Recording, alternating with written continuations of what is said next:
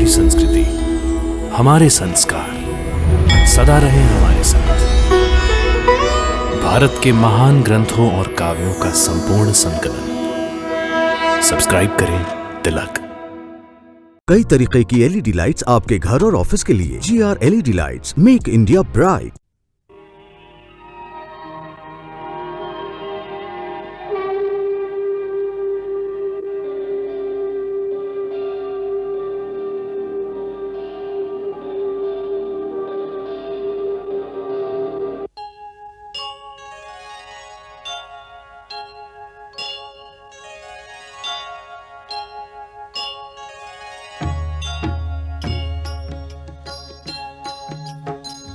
सीताराम चरित अति पावन, मधुर सरस अरु अति मन भावन।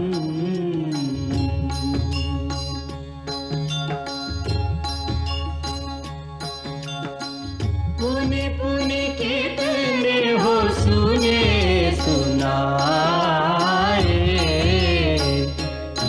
की प्यास बुझत न बुझाए।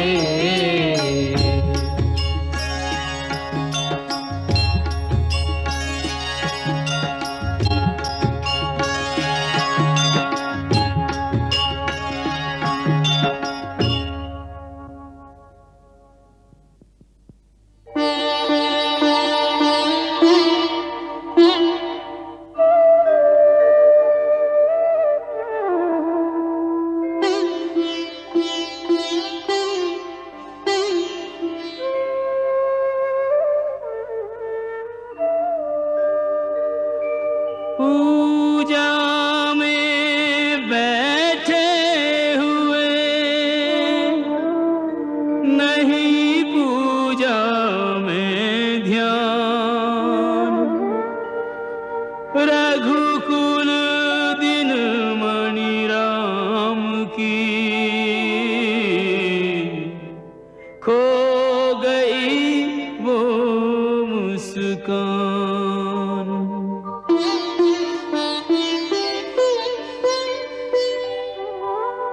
सीता सोच रही सीतापति क्यों इतने चिंतित हैं।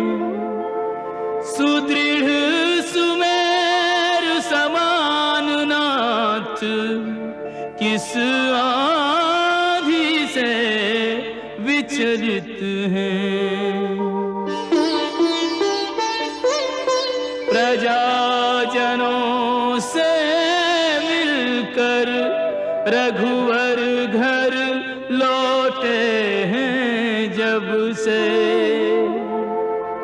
पीड़ित क्षुब्ध उदास निरंतर रहते हैं प्रभु तब से। सीता ने निज सेविका सन्मुख लई बुलाए, क्या करना है बात ये कहने लगी समझाए। आज जिस कार्य के लिए मैं तुम्हें भेज रही हूँ वो अत्यंत गोपनीय है। इसका पता भी किसी और को न चले। मुझ पर भरोसा रखिए महारानी जी, आप आज्ञा करें। मुझे क्या करना है? तुम्हें प्रजा में घूमना होगा और सुनना है कि प्रजा में क्या बातें हो रही है। ऐसा लगता है कि प्रजा में महाराज के बारे में या राजकुल के बारे में कुछ अप्रिय बातें हो रही हैं।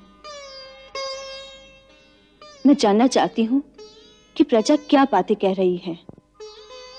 एक बात याद रखना कि जो तुम सुनो उसकी भनक भी किसी और के कान में न पड़े। जो आज्ञा।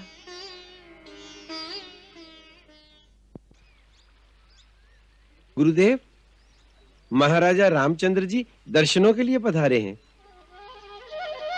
उन्हें आदर से यहीं ले आओ। जी गुरुदेव।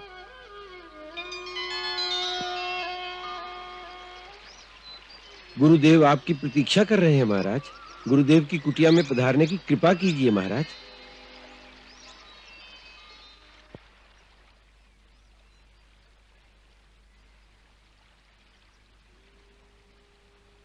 कीर्तिमान भव। आपका स्वागत है राजन। आसन ग्रहण कीजिए।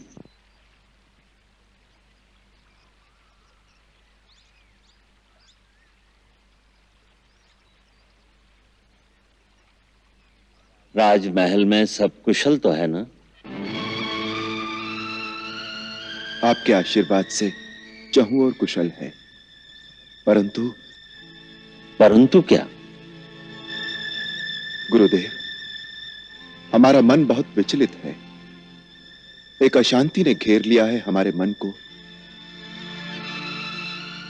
गुरु चरणों की छाया में शांति मिलेगी, इसी अपेक्षा से हम आपकी शरण में आए हैं। राजा का मन विचलित है, यह शुभ संकेत नहीं है। राजा का मन तो एक चट्टान की भांति अटल और अचल होना चाहिए, क्योंकि उसको बड़े महत्वपूर्ण निर्णय करने होते हैं। राजा के निर्णय पर धरती के लाखों प्राणियों का सुख दुख निर्भर होता है। इसलिए आवश्यक है कि राजा का चित्त स्थिर और शांत रहे। मन के विचलित होने का एक ही कारण होता है, मोह। किसी वस्तु से, किसी प्राणी से, अपने सुख अथवा अपने जीवन से ही अधिक मोह हो जाने से चित्त में स्थिरता नहीं रहती। भय रहता है कि वो प्यारी वस्तु, वो प्राणी, वो सुख कहीं खो न जाए। कुछ खो जाने के भय से ही मन विचलित होता है। इसीलिए राजा को किसी से भी मोह नहीं रखना चाहिए। तभी तो वो अपने कर्तव्य और न्याय के पथ पर दृढ़ रह सकता है।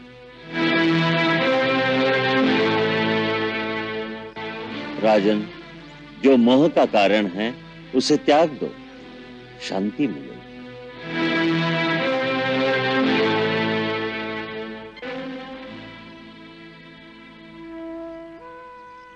आप नहीं जानते आप क्या त्यागने को कह रहे हैं।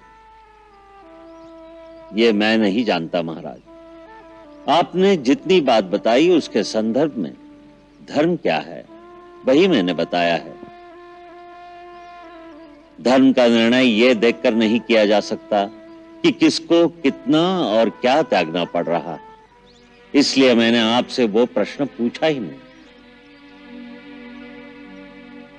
धर्म तो समस्त अवस्थाओं, बड़े छोटे सबके लिए एक ही होता है। यह आपने सत्य कहा गुरुदेव, परंतु आपने गुरुकुल में एक बार कहा था कि धर्म कोई जड़ वस्तु नहीं है जिसे पत्थर की भांति जहां रख दिया वहां रुक गया।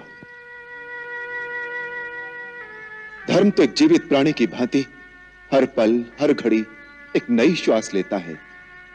उसके चरण समय के साथ आगे चलते हैं।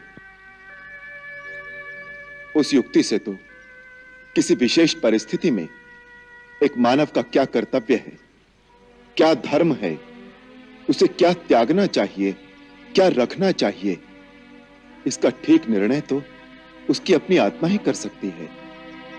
अवश्य। किस परिस्थिति में किस मानव का क्या धर्म है, क्या कर्तव्य है, इसका ठीक निर्णय उस मानव की अपनी आत्मा ही कर सकती है, क्योंकि वही उसके आगे पीछे के सब कर्मों की साक्षी है। आत्मा ही सबसे बड़ा गुरु है। इसलिए जो अपनी अंतरात्मा कहे वही धर्म है।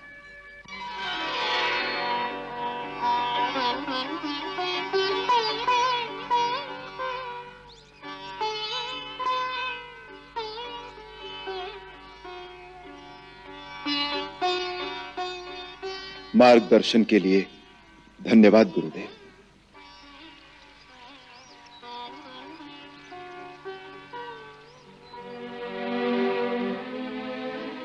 मुझे आशीर्वाद दीजिए कि मैं अपने कर्तव्य पथ पर दृढ़ रहूं, भले ही मुझे ये राजपाट क्यों न छोड़ना पड़े।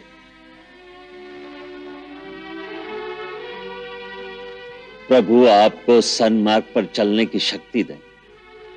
ओम शांति।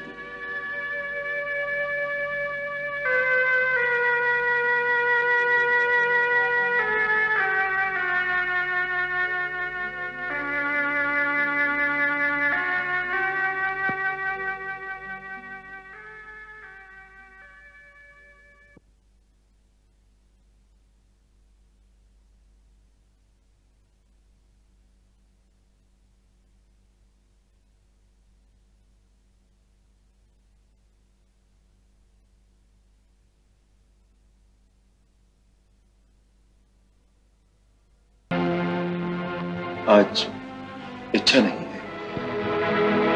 थोड़ा तो खा लीजिए। रहने दो।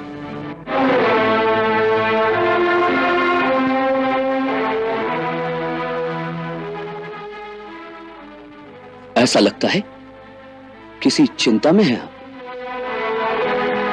बड़े गंभीर लग रहे हैं। भाभी, क्या बात है? कोई विशेष बात तो नहीं।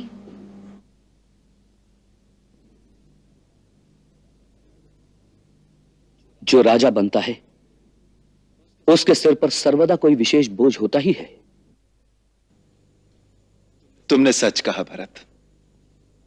राजा के सर पर इतना बोझ होता है कि कभी कभी उठाना दुष्कर हो जाता है। मैं तो कभी यह भी सोचता हूं कि तुम में से किसी एक को यह राज्य सौंपकर स्वयं सीता के साथ वन में जाकर तपस्या करो।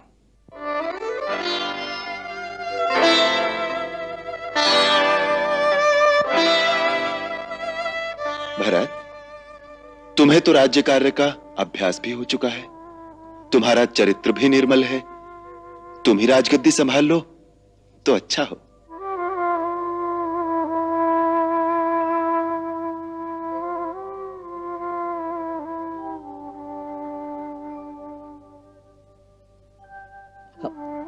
अब समझ में आया, आपकी चिंता का वास्तविक कारण मैं हूं। अवश्य आपको मेरे किसी कार्य में कोई दोष दिखाई दिया जिसके कारण आप मुझे यह दंड देना चाहते हैं।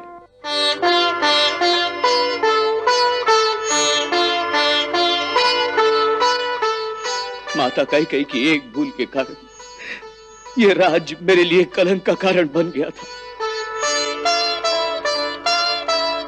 फिर भी चित्रकूट में आपकी आज्ञा मानकर 14 वर्ष तक यह कलंक अपने माथे पर लेकर मैं जिया हूं।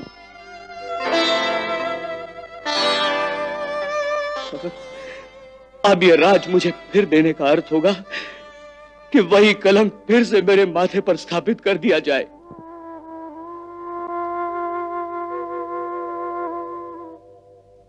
नहीं, मैं आत्महत्या कर लूंगा, परंतु यह कलंक फिर से अपने माथे पर नहीं लगने दूंगा।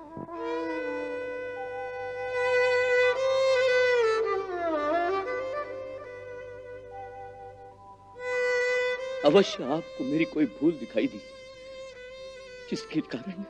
जिसके कारण आपने ऐसा सोचा। महाराज मेरी जो भी भूल हो उसे क्षमा कर दें, परंतु मेरे लिए ऐसा ना सोचे। मुझे क्षमा कर दीजिए महाराज, मुझे क्षमा कर दीजिए महाराज, मुझे क्षमा कर दीजिए।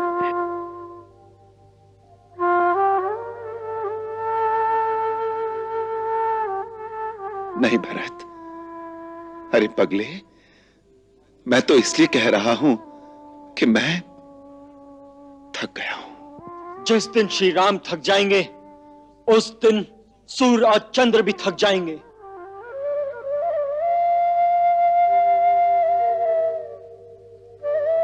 जिस प्रकार सारे लोग, सारी धरतियां आकाश में स्थित हैं, उसी प्रकार सारे संसार की गतियां और शक्तियां आप में स्थित हैं। जिस प्रकार आकाश संकीर्ण नहीं हो सकता, उसी प्रकार आपकी शक्तियां क्षीण नहीं हो सकती। इस तरह आप हमारी परीक्षा न लें महाराज।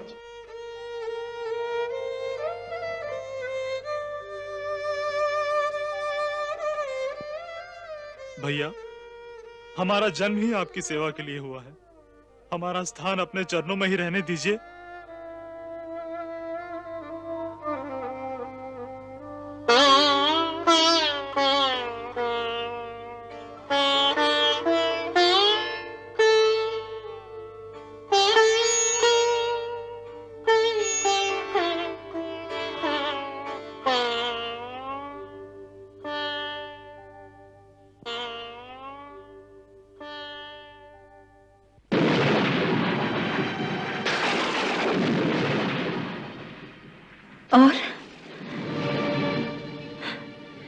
और क्या कहा? एक ने तो यहाँ तक कहा कि सीता ने सूर्यकुल के राजसिंहासन को लज्जित कर दिया है। और क्या, जितने मुंह उतनी बातें। वो तो महाराज के लिए भी कह रहे थे। क्या कहा? कि सीता के मोह ने उन्हें निर्बल कर दिया है। उसे राजमहल में ही रखकर अपने पूर्वजों की कीर्ति को मिट्टी में मिला रहे हैं। यदि राजा ने उनका त्याग नहीं किया तो देश की दूसरी स्त्रियां भी इसी प्रकार आचरण करेंगी।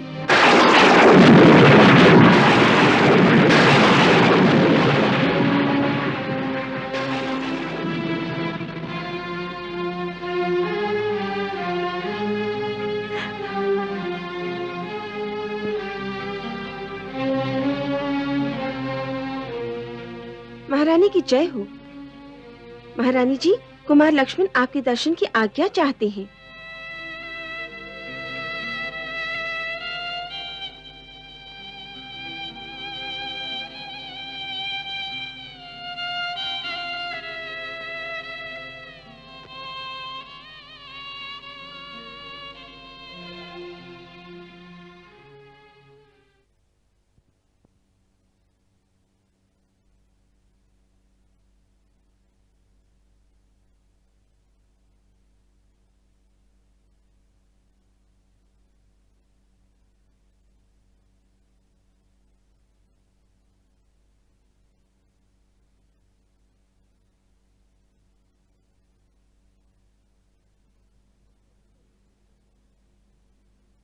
चिरंजीवी हो। आसन ग्रहण करो देवर जी। नहीं भाभी, मैं आसन ग्रहण नहीं करूंगा। बहुत क्रोध में हो? कहो, क्या बात है? वो जो भैया कह रहे थे कि तुम लोग राज संभाल लो, मैं थक गया हूं। इसी बात का दुख है भाभी। ऐसी बात भैया यूं तो नहीं कह देंगे, अवश्य कुछ बात होगी। भरत भैया भी कह रहे थे, भैया ने अवश्य हमें कुछ खोट देखा है, तभी उन्होंने ऐसी बात सोची। हम तीनों भाइयों को रात भर नींद नहीं आई। किसने ऐसी भूल की, यही हम जानना चाहते हैं।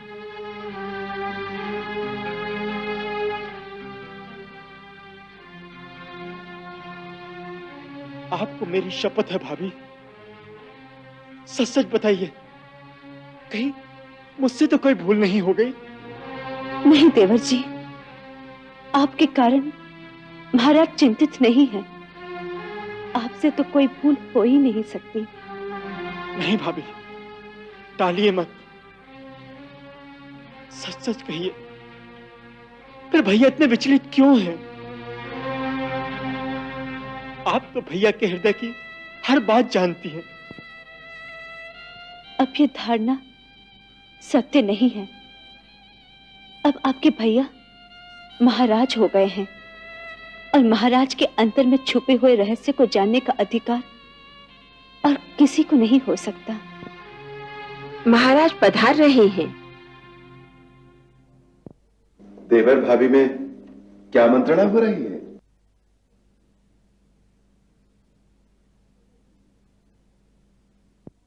देवाजी मुझसे पूछ रहे थे कि जो बात आपने इन्हें कही कि तुम लोग राज्य संभाल लो, ये इनके किस दोष के कारण कही। इनका विचार है कि मुझे आपके हृदय की सारी बातों का ज्ञान रहता है, इसलिए मैं उन्हें असली कारण बता दूंगी। फिर मैं उन्हें असली कारण बताने ही वाली थी, इतने में आप आ गए। क्या असली कारण बताने जा रही थी? यही कि इसमें भरत, लक्ष्मण, शत्रुघ्न किसी की कोई भूल नहीं। आपकी मानसिक थकावट का असली कारण तो मैं हूं।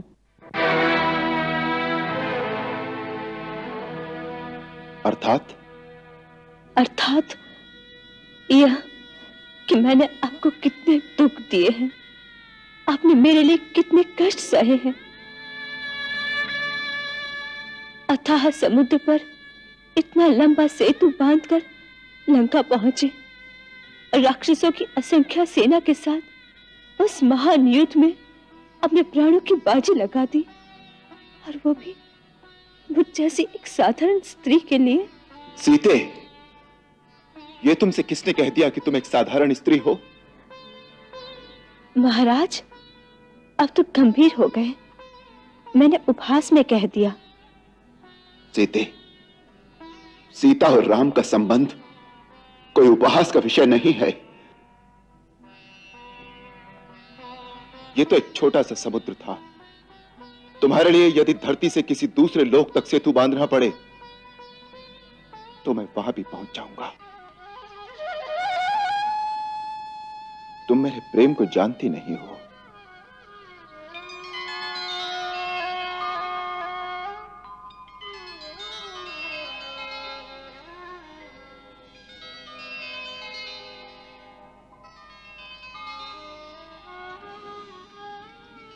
मैं जानती हूँ स्वामी, मैंने तो यूं ही कह दिया। मैं क्षमा चाहती हूँ।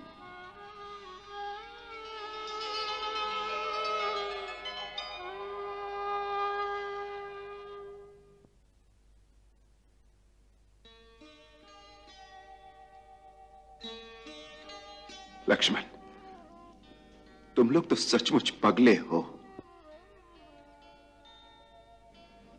मेरी इतनी सी बात से विफल हो गए कि मैं तुम लोगों को कोई दंड दे रहा हूं। भैया, तुमसे तो कभी कोई भूल हो ही नहीं सकती। तुम तो भक्ति और सेवा का अवतार हो। इतिहास को जब भी एक आदर्श भाई की उपमा की आवश्यकता होगी तो केवल एक ही नाम सामने आएगा, लक्ष्मण।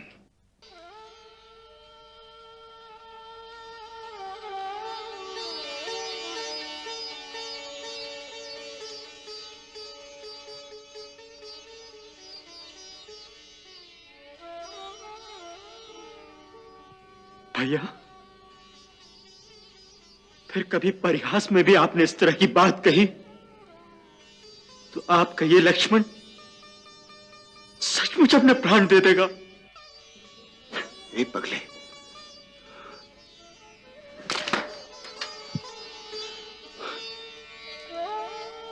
तू सचमुच पगला है रे, बिल्कुल।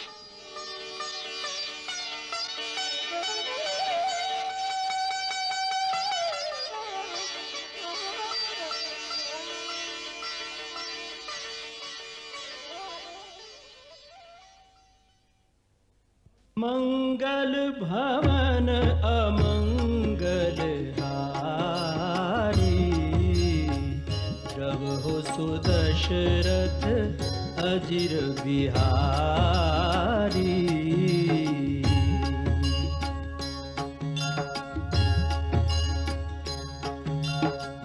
सीताराम चरित अति पावन, मधुर सरस अरु अति मन भावन।